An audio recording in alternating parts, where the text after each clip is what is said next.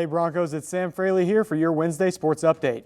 The Broncos baseball team took a tough loss to the Northeastern State Riverhawks yesterday, losing 5-3. The Broncos came out strong, scoring a run in each of the first 3 innings, while the Riverhawks couldn't get a single hit, putting UCO up 3-0. But then in the 4th inning, the game took a complete 180 after NSU's Noah Small hit a 3-run homer. An error by the Broncos and a single put the Riverhawks up by 2, and the Broncos went silent the rest of the afternoon, making their season record 13-15. The Broncos are back home this weekend for a 3-game series against Fort Hays State, who have a record of 9-19. The Broncos tennis team won handily on the road against the Newman Jets yesterday, winning 7-0. This improves their win streak to 4 and gives them a record of 9-2 on the season and starts them off with a 1-0 record in league play. The Broncos are back home this Friday to take on Emporia State at 9 a.m.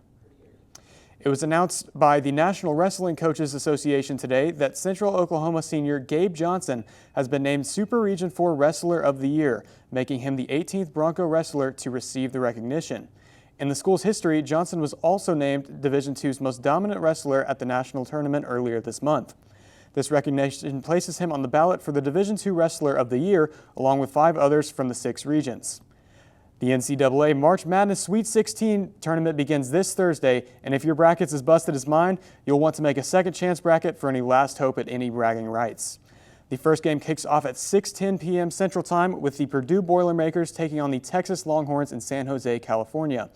It was a difficult decision for me between these 2 teams as I strongly dislike both of them, but I think that the Longhorns are going to upset the Boilermakers on this one. Between the 9-seed Hawkeyes and the 4-seed Cornhuskers, I'm going to take the Huskers for their great defense and their very deep rotation. Then the Arizona Wildcats are taking on the Arkansas Razorbacks. I do think that the Razorbacks are going to come out with an upset just because of their elite offense, but regardless of who takes this one, I think it will be a very tight matchup.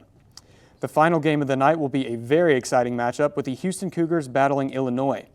I predict that this will be the closest matchup of the night, but I think Houston will end up advancing to the Elite 8 due to their elite tournament run so far.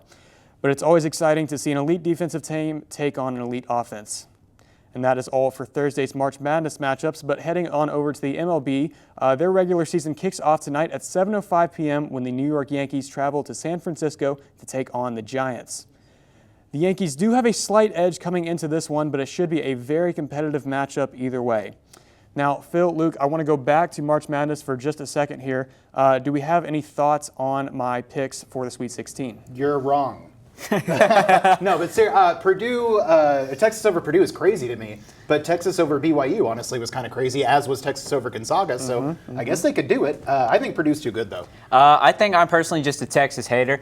So I disagree with that. I also kind of favor the upset of Illinois beating Houston. I think that's going to be a very close matchup. And I really do think, he might disagree over here, but that could happen. The rest of the picks, though, I totally agree with on that. Thank you, Sam.